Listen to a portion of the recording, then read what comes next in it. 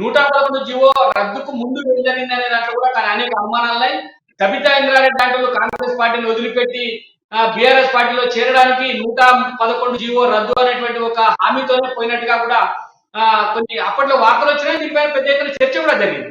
మరి 111 రద్దు వల్ల అక్కడ ఫామ్ హౌస్ కానీ 100 ఎకరాల భూములు కానీ అధికార పార్టీ నాయకులకే ఉంది అనేటువంటి వార్తలు వస్తున్నాయి. దీనిపై కాంగ్రెస్ పార్టీ ఏ రకంగా స్టెప్ తీసుకునేటువంటి అవకాశాలు మీరు ఏం ఆలోచన చేస్తా ఉన్నారు? 111 రద్దును సమర్థిస్తా ఉన్నారా, లేకపోతే దాన్ని మళ్ళీ తిరిగి పునరుద్ధరించేటువంటి అవకాశం ఏమైనా ఉందా? దానిపై పోరాటం చేసేటువంటి అవకాశాలు ఉన్నాయి? ఇప్పుడు 111 జీవో పైన రాజశేఖర రెడ్డి గారు ఉన్నప్పుడు కూడా ఇది కొంత అక్కడ ఉన్నటువంటి 84 గ్రామాలు ఇప్పుడు అప్పుడు ఉన్నటువంటి ప్రజలకు ఇబ్బందికరంగా ఉన్నాయి. దాని నుంచి ఎన్నో వినతులు వచ్చినాయి. దాన్ని పరిశీలించి పరిష్కరించే ఆలోచనలో కాంగ్రెస్ పార్టీ నిర్ణయం తీసుకుంది ఆ రోజు.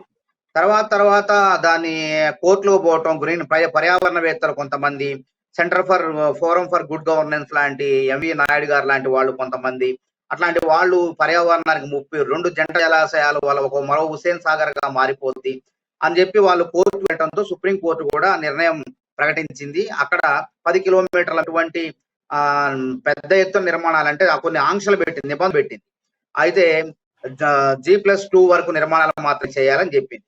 అయినా కానీ కొంతమంది ఇప్పుడు రాష్ట్ర ప్రభుత్వంలో ఉన్నటువంటి పెద్దలు కొంతమంది వాళ్ళ అండదండలతో కొన్ని కార్యక్రమాలు ఫామ్ కేటీఆర్ గారే పెద్ద ఎత్తున జనవాడలో ఫామ్ హౌస్ 111 జీవో పరిధిలో ఉన్నది. అది పెద్ద ఎత్తున ఇంద్రభవనం లాంటి భవనం కడితే రేవంత్ రెడ్డి గారు దాన్ని బట్టబయలు చేసి ప్రపంచానికి చెప్తే అదేదో పెద్ద నేరం అన్నట్టు, ఘోరం అన్నట్టు ఆయన చిన్న స్టేషన్ పేరు ఇచ్చి అవ్వాల్సినటువంటి కేసులో తీసుకుపోయి చెర్లపల్లి చెంచలగూడ జైలులో చీకటి కొట్టంలో బంధించడం జరిగింది.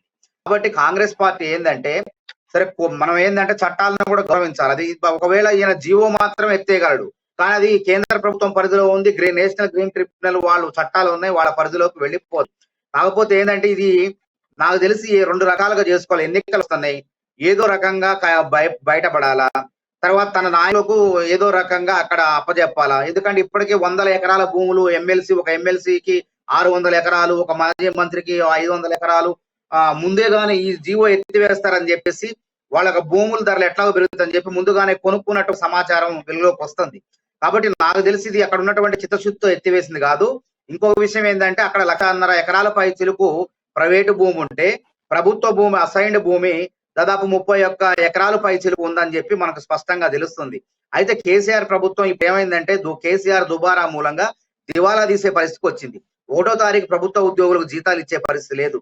15, 18వ తారీఖు లేకపోతే 20వ తారీఖు విశ్రాంత ఉద్యోగులకు పెన్షన్లు ఇస్తుంది. సంక్షేమ పథకాలు కొనసాగించే పరిస్థితి లేదు. ఆసరా పెన్షన్లు ఒక నెల ఆపితే ఇంకో నెల ఇచ్చే పరిస్థితి లేదు.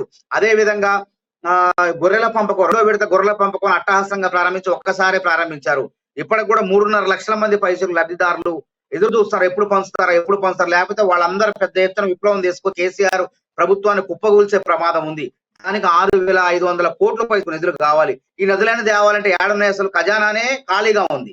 కాబట్టి ఏం చేయాలి, ఎట్లా కొట్ట బయటపడాలని చెప్పేసి ఆ 30,000 ఎకరాలను ఏదో రకంగా అమ్మ చెప్పేసి, అదే విధంగా రియల్ ఎస్టేట్ నాలా కన్వర్షన్ ఉంటది కదా, వ్యవసాయ భూములు మార్చితే వచ్చే ఆదాయంతో పూట గడిస్తే చాలు అనే విధంగా ఈ రాష్ట్ర ప్రభుత్వం వ్యవహరిస్తుంది అనేది మనకు స్పష్టమైంది. అంటే రియల్ ఎస్టేట్ వాళ్ళకి భూతానం ఇస్తూ వాళ్ళకి దోచిపెట్టడం, రాష్ట్ర ప్రభుత్వ భూముల్ని ఇష్టం వచ్చినట్టు అమ్మే ప్రయత్నం చేయటం, తద్వారా వచ్చినటువంటి ఆదాయంతో ఈ ప్రభుత్వాన్ని మనం సాగించే విధంగా మరి ప్రయత్నం చేస్తున్నట్టు మనకు అర్థమైపోయింది.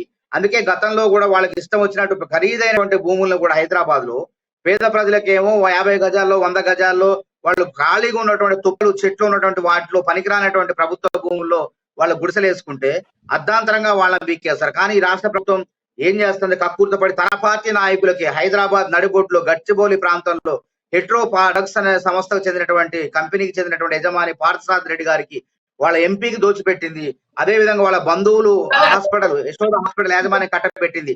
కాబట్టి ఇది ఏంటంటే ఇది నిజంగా చిత్తశుద్ధితో తీసివేసినట్టు కాదు జీవో. ఇది రాజకీయ లబ్ధి కోసం తమ పార్టీలో ఉన్న నాయకులకు సబితా ఇంద్రెడ్డి మీరు అన్నట్టు అట్లాంటి వాళ్ళకు మేలు చేయటం కోసం, అదే విధంగా ఆ భూముల్ని ఖరీదైనటువంటి అత్యంత విలువైనటువంటి భూముల్ని అమ్మేందుకు ప్రయత్నం చేయడం కోసమే ఆ జీవో తీసుకొచ్చినట్టు తెలిసింది. కాకపోతే దానికి న్యాయపరమైన చిక్కులు 1.25 లక్ష ఉన్నాయి. కాబట్టి ఎట్లా మరి దాన్ని ఎదుర్కొంటుందో చూద్దాం రాష్ట్ర ప్రభుత్వం.